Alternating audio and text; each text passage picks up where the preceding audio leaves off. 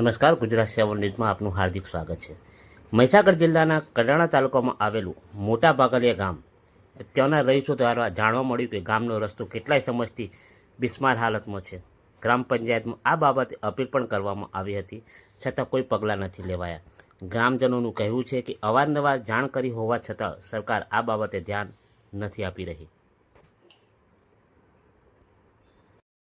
આ ફળિયામાં આશરે 25 મકાન આવેલા છે અને એમાં 140 લોકો વસવાટ કરે છે। આ મંજૂર થયેલો રસ્તો બસ 1 કિલોમીટરના અંતર સુધી આવેલો છે।